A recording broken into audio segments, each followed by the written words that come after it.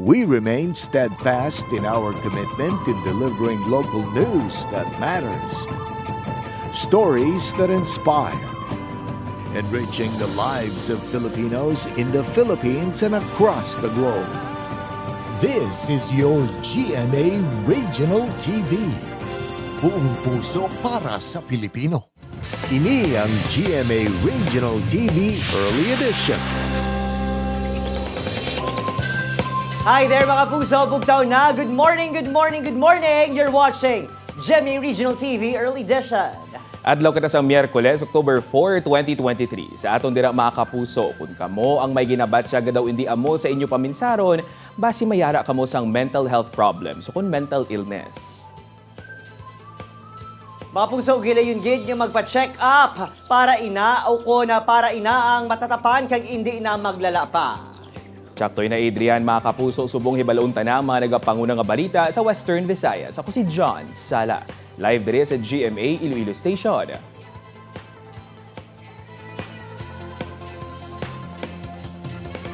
Ako naman yung kapuso, Eden Priatos live na live ikan diri sa GMA Bacol Station. Subong nga agad dala sa gyapon namo na madalagaw nga mga balita kag impormasyon nga dapat ninyo mahibaluan bangod local news matters. Tutok na, kaya rin ang pinakauling mga balita sa bilog na Western Visayas.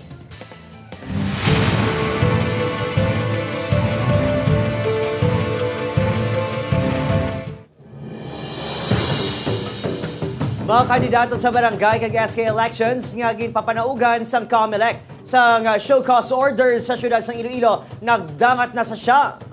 Kandidato sa pagkapunong barangay sa distrito sang Molo, nagdugang sa listahan. Yaring balita ang aton gintutukan. Nagdangat na sa Siam ka mga kandidato nga nagapapili sa barangay kag SK election sa Iloilo City ang ginpapanaugan sang show cause orders ang Commission on Elections bangod sa premature campaigning. Ini matapos sa ginpasabatman na nagapapili sa pagkapunong barangay sa San Pedro Molo nga si Lorny Jordan. Ginreklamo ini sang iya kasumpo nga si incumbent punong barangay Carl John La Pascua sa ginapahayag pag-organisa sang pagtililipon sang Doli Tupad beneficiary sa ila barangay. Bali siya nag-facilitate kag nagpapirma sang kontrata nga may pulo kadlaw sila nga obrahon sa barangay. Nakapasa naman sang iya sabat si Jordan. Apang sang ginpadulungan sang news team ang balay sini, wala ini sa lugar suno sa iya pamilya. Gintinguan man sang news team ang makakuha sang iya cellphone number, apang nagpamalibad na nga maghatag ang mga kaupod sini sa balay. Sunod sa Commission on Elections Iloilo City ang pagtambong sa mass gathering sa mga kandidato ang makabig nga premature campaigning.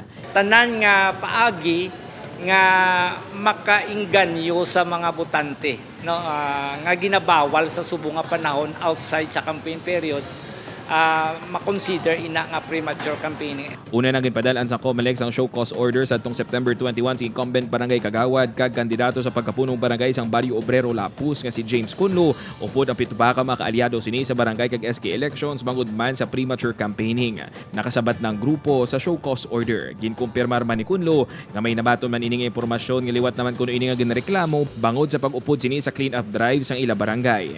Apang wala pa ini kuno sang opisyal nga komunikasyon nga nabaton gikan sa COMELEC. Subong man nga si Mana natalana nga magpagwa sang desisyon ng COMELEC Central Office natuhoy sa unang reklamo batok ni Kunlo kag sa mga kaupod sini.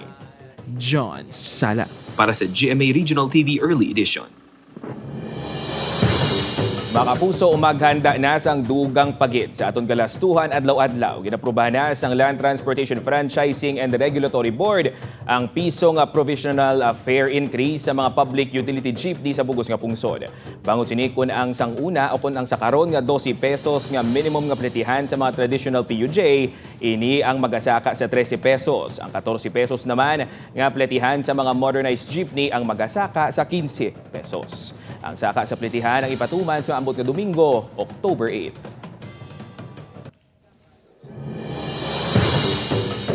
Mga pugso, samtang gipahanumdum naman sa health authorities ang publiko nga gilayon nga magpa-konsulta, magpa-check up sa doktor, magsuksok sang face mask o kung mag-isolate kung makabatsyag sa mga sintomas ang trangkaso. Agud hindi na makapanglaton pa. Ini ang kasunod sa pagbatsyag sa pila ka estudyante kag manunudlo sa pila ka eskwelahan sa Bacolod City kag Negros Occidental sa flu-like symptoms. Sa Negros Occidental High School, NOHS, humalin sa tinalikdan niya si Mana, ginapatuman na ang mandatory wearing face mask kag no face mask, no entry entry policy matapos sumutikan ang pagdamo sa mga estudyante nga manunudlo nga may flu-like symptoms. Sa nagligan niya si Mana sa nag-shift man sa online classes ang isa ka universidad sa syudad, bangod man sa pagdamo sa mga nakitaan sang flu-like symptoms. Balik normal ng klase, subong, kagin-lift naman ang mandatory wearing of face mask. Ginabalay na sa DepEd Division of Negros Occidental ang mga preventive measures sa mapaiway ang pagdamos ng kaso sang trangkaso sa mga buluthuan. Securing everybody's health is everybody's job. So kung may simptoma, hindi na pagpaeskulaw ng bata, ang balo na nga ng maestra. Same thing sa mga empleyado. Saving your job, your work, mas malat na no pang iban, mas delikado. Dapat maghugas sa mga kamot nila as much as possible if they can take vitamins just to improve their immune system. Kasi we cannot deny with that kind of weather, pang trangkaso mo period siya. Kung laing mag-salt, hindi ka sila magkato sa eskwelahan.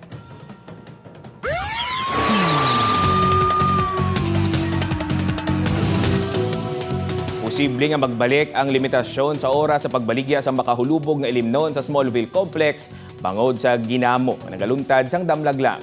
Sino sa hepe sa Mandurriao Police nga si Captain Val Campbell magluwas sa pagkuha kag pag-train sa mga bouncers. Ginsuestyon man sa kapulisan sa ilang meeting upod ng Task Force on Morals and Values Formation ang pagpalipot sang oras sa pagserbe o kung pagbaligya sang makahulubog nga ilimnon sa mga establishmento. Isa man sa mga nakitaan sang Mandurriao Police nga tikang agod madasig nga makaresponder sa among klase nga mga gamo ang pagreposition sa mga kapulisan nga naga-duty sa lugar. May ibutang man nga mga kapulisan sa tanan nga entry kag exit points ang complex subong man sa ibang pagid nga mga balay ilimnan sa distrito.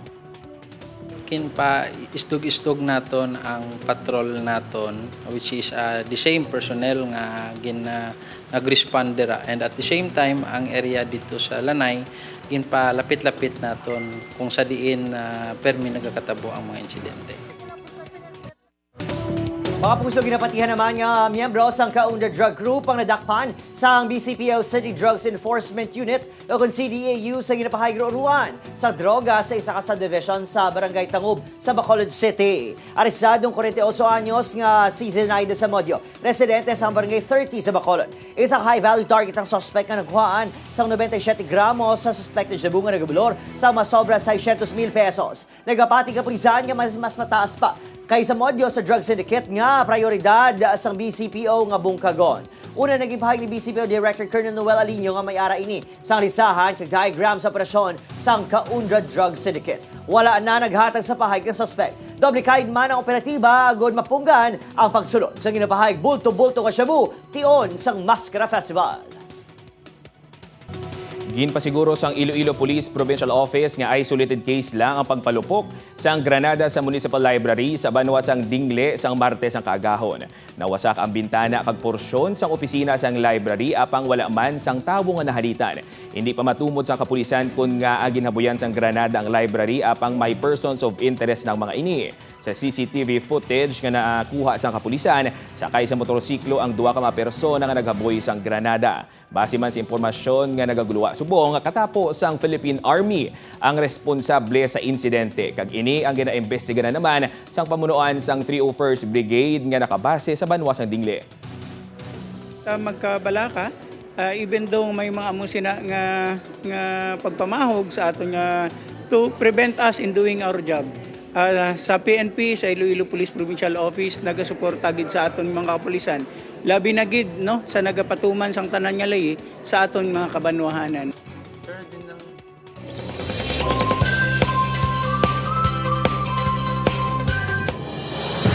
Mga puso, para naman sa aton yung globalita, pulo ka Cuban migrants patay sa aksidente sa dalan sa Mexico. Samtang sa Egypt naman, 25 katawo ang nasamaran sa sunog sa isa ka police facility. Nakatutok, Julius Belacaol. Napulo ka Cuban migrants ang napatay, samtang 17 pagid ang nasamaran matapos ang cargo truck nga ilagi nasakyan ang naaksidente sa Mexican state nga Chiapag.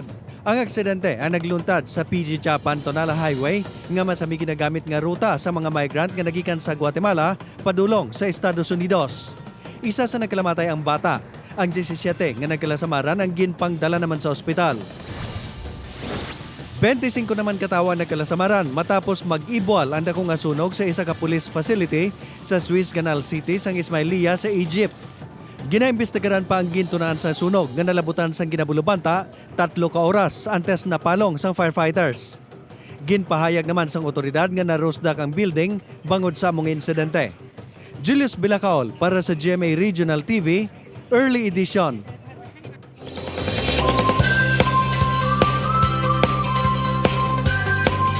Mga kapuso, mas nagainit pa ang mga eksena sa maging sino ka man. Subong nga bala na ni Dino ang iligal nga mga aktibidad ni Carding, mapunggan pa bala niya ini, mamati ayhan si Carding sa Abyan. Bisan pa nagbaisay sila, mahimo ayhan ni Dino nga balikan ang Abyan nga ara sa ital-ital. Ina kagiban pa nga maaksyon kagilig nga mga eksena ang bantayan sa maging sino ka man sa GMA Telebabad pagkatapos ng 24 oras. Na-excite ang fans sa trailer pa lang sa upcoming drama series sa GMA nga Stolen Life. Ini ang pagabidahan ni Carla Villana, Beauty Gonzalez, kagabi Concepcion. Ang kabuhi ni Lucy nga ginagaw sa iya ni Farah, mabawi pa bala niya, hibalon tang kabugusan nga istorya sa Stolen Life nga mag-ere sini nga November 2023. Samtang sa mga hindi makalantaw sa episodes ng Love Before Sunrise sa telebisyon, good news kay sarang mo inilantawan sa libre online. Full episodes ng romance drama series nga Love Before Sunrise ang pwede mo natutukan. Nagalibot ang istorya sang serye sa duha ka mga tawo nga biktima sang right love at the wrong time. More kilig scenes pa kay Atom kag Stella ang pwede na balik-balikan. Kinahanglan mo lang ibisitahon ang gmainetwork.com/full episodes.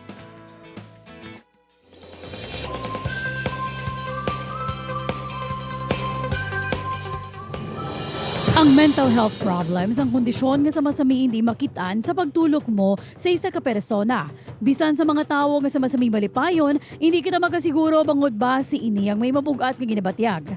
Apang ang ini nga kondisyon hindi basta-basta bangod kun mapabayaan, pwede ini maglala kag magtuga sa hindi maayo nga resulta. Gani ang pag-amlig sa mental health, tutukan ta sa bunga aga sa Spotlight. Kaanggot sa sininga topiko sa mental health, isa ka eksperto makaupod ta sa spotlight sa bunga aga. Let's welcome mga kapuso, Mr. Jerfy Herneza, Senior Health Program Officer sa Department of Health Western Visayas. Sir, good morning kag welcome sa GMA Regional TV Early Edition. Mayong aga kapuso dyan, kag sa tanan naton nga kapuso viewers. Okay. Sir, first of all, maghambal kita gani sang mental health. Ano ang ginatumod naton diri kag o kung ano ang aton buot silingon sini? According sa aton nga World Health Organization, ang mental health is a state of mental well-being which enables every person to cope with their daily stresses in life, enables them to realize their abilities, learn and work well, and able to contribute in the community. Sir, ano ang mga factors nga nagakos sang threat no sa mental health sang isa ka tawo? May duwa kita ka ginakabig nga factor, sir, o kung threat external. Halimbawa, sini, ang mga eksperyensya naton sa aton kalamidad, disasters naton, kag ang mga recent naton nga natabo during sa pandemic naton. Halimbawa, sini ang pagkadula sang aton nga mga inigugma sa kabuhi tungod sang masakit o kung COVID-19, ang sudden nga changes ang aton nga lifestyle kag interpersonal nga mga relationship due sa COVID-19 restrictions, kag kalakip man diri ang aton nga mga yara sa mga areas with armed conflict nga naga-create sang trauma, kag ang mga experiensya naton sa violence, bullying, kag iban pagid nga mga physical kag emotional nga trauma, sir. Sa internal naman, sir, amo ini ang aton nga pagproseso sang tanan naton nga stresses sa aton nga makabuhi, ang malawig kag grabe nga pagproseso naton sang aton nga kasubo o kon aton nga depresyon, ang chronic kag malala nga mga pamalatian, halimbawa aton nga mga hypertension, diabetes o kon cancer, kag ang pinaka kuan siguro ang pinaka kuan gid naton is ang depression, no, nga pirmi naton nga experience kag stress sa kabuhi, sir. Sa iban nga tawo gani, sir, kung pahambalon sila, mental health lang na, sa ibo lang na nga, kumbaga, it's all in the mind. Pero ano gid ang pwede nga matabo sa isa ka tawo nga naga-suffer sang mental health problems? Una, sir, pwede nga madula siya sa iya nga realidad. Magaresulta ina sang pagkadula sang iya nga trabaho, madula man ang harmonious o kun manami nga relationship between sa iya pamilya kag komunidad, kag ang malala sini, sir, madula ang iya nga abilidad sa tatap sa iya ko galingon nga mangin resulta nga magmasakit siya kag eventually mas malala kung mapatay siya tungod kay hindi na niya ma-take care ang iya kaugalingon.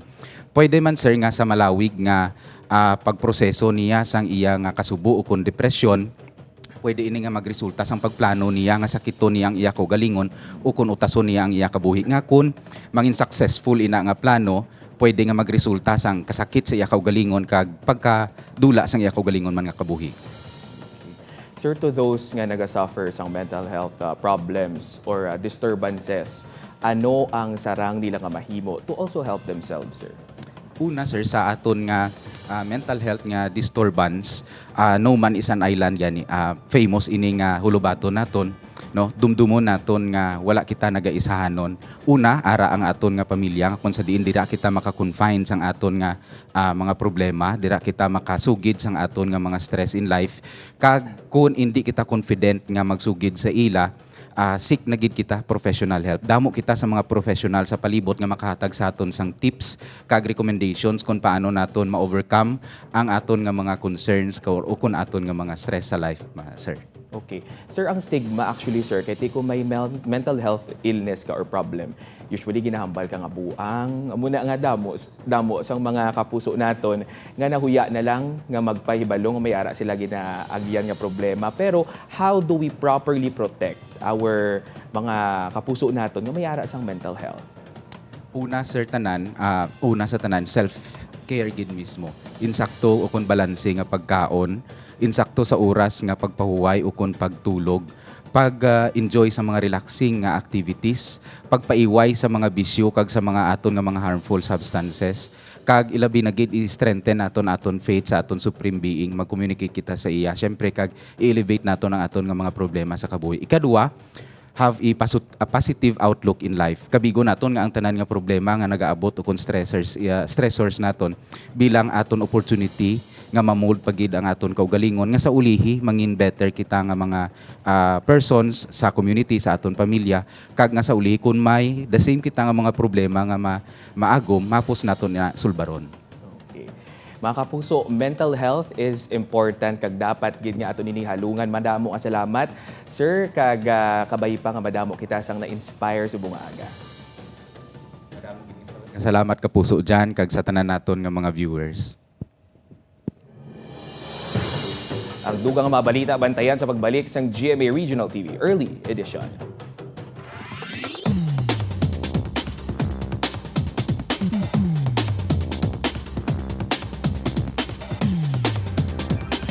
Ini ang GMA Regional TV Early Edition.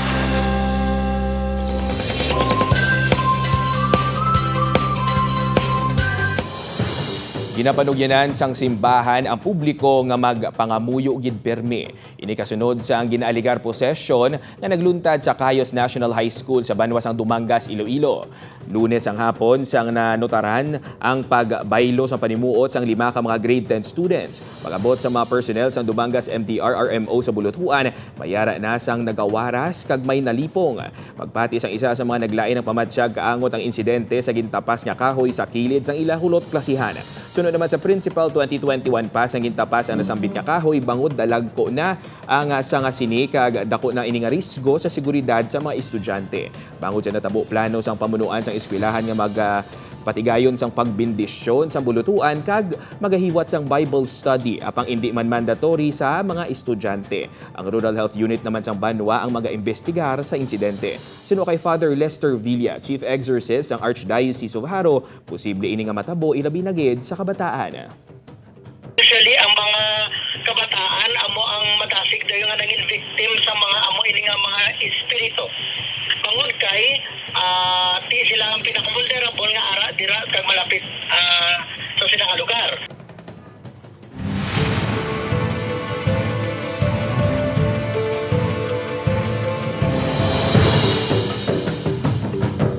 Mga puso, Bacolod City Mayor Alvin Benitez, inbahay nga naghando na ang COMELEC ng hatagan sang clearance ang pagpasakop sa mga barangay sa Mascara Festival 2023. Apang COMELEC may paandam sa mga kandidato. Yaring balita ang aton gintutuka.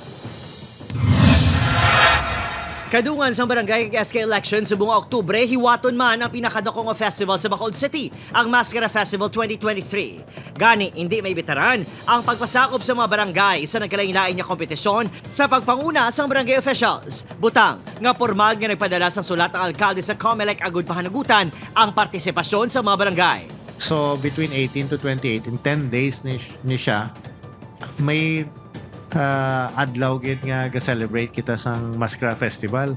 Possible may mga expenses kita that's required sa festival base matupa sa mga adlaw na. That's why I asked clearance from COMELEC. Apisar sini, hugot niya ginapandaman sa COMELEC ang mga kandidato ilabi na ang mga re-electionist nga may partisipasyon sa maskara nga hindi ini paggamiton sa pagpangampanya ilabi na antes ang campaign period. Amo lang ng paandam tagid niya hindi gid na iya paggamiton kay lain na siya nga bagay no, lain na siya nga bagay. Mga banya lang kita sang kung ano lang ang insakto. Una nagipahayag sa COMELEC Bacolod City nga may isa ka nagapapili sa isa ka barangay sa syudad ang ginpadalaan sang show cause order bangon sa premature campaigning. Suno sa Provincial COMELEC, may 44 man ka mga show cause order ang natalaan ang ihatag sa mga nagkomiter sang premature campaign sa probinsya. Upod, kay Rinal Castillo, Adrian Prietos para sa GMA Regional TV Early Edition.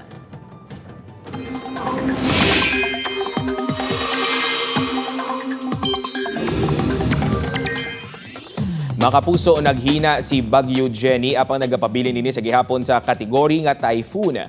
Malain subong ang panahon kag padayon nga nabatak ang tropical cyclone wind signal number 3 sa Itbayat, Batanes. Signal number 2 naman sa nabilin nga parte sang Batanes kag northern portion sang Babuyan Islands. Signal number 1 naman sa nabilin nga parte sang Babuyan Islands, northern portion sang mainland Cagayan, northern portion sang Apayao kag northern portion naman sang Ilocos Norte. Lauban ang babaskog nga ulan nga may upod nga pagmadlo sang hangin sa masunod nga inoras. Nakitaan sang pag-asa ang mata sang bagyo 270 kilometers east-northeast ang Itbayat, Batanes. Dala sini ang hangin nga may kabaskugon nga nagalabot sa 150 kilometers per hour. Buwas sa aga, posible nga maglandfall sa southern Taiwan si Bagyo Jenny. Pag-abot naman sa hapon o kung sa gabi, sagwa na ini sang Philippine Area of Responsibility. Magluwas kay Bagyo Jenny magatuga o kung nagatuga man sang pag-ulan subong sa pila ka bahin sang pungsod ang ginpabaskog sini nga hangin habagat. Subong ang aga malain na ang panahon sa Batanes base sa rainfall forecast ng Metro Weather. Dauman ang heavy to intense rain sa inyo makitaan nga nagaduag orange kag pula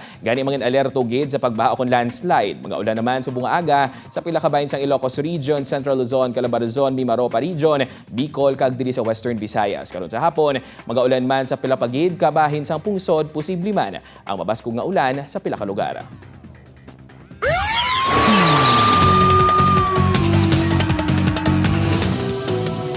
Duha ka mga driver pilason sa pagbubungguan ay isa ka pick-up ng SUV sa Talisay. Nakatutok Aileen Pedreso.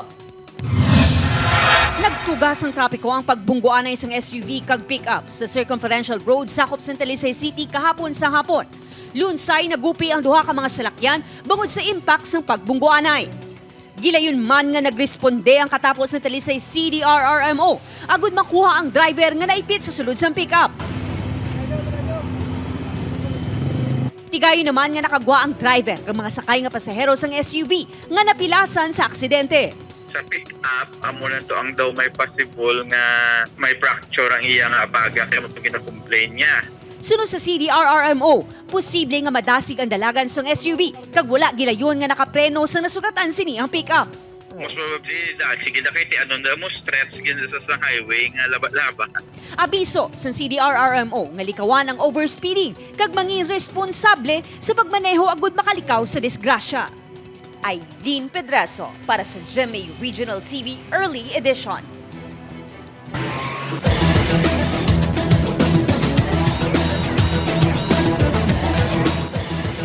Naangkon sang perpetual altas ang nauna sini nga kadalagan sa tatlo kahampang sa NCAA Season 99 Men's Basketball Tournament matapos sa ginluto sini ang Arellano University Chiefs. Hampang agin patigayon alas 2 kahapon sang hapon sa Philoil Eco Oil Arena. Ginkamasaan sang altas ang Chiefs sa score nga 85-66. Gitkilala nga best player of the game si Cyrus Netura nga nakatigayon sang 19 points, 9 rebounds kag 5 assists. Bangod sa kalutosan nahulog naman sa 0-3 win-loss record ang Chiefs. Samtang sa second game naman padayon sa pagpanguna sa standings ang LPU Pirates nga may 4-0 win-loss record matapos ang ginluto sini ang San Sebastian Golden Stags 83-72. Ang kadalagan naman sang Pirates ang ginpangunahan ni John Barba nga may ara sang 20 points kag 5 rebounds. Ang inampang sang NCAA Men's Basketball ang malantaw kada Martes, Miyerkules, Biyernes, Sabado kag Domingo sa GTV kag sa live streaming sang NCAA Philippines Facebook page.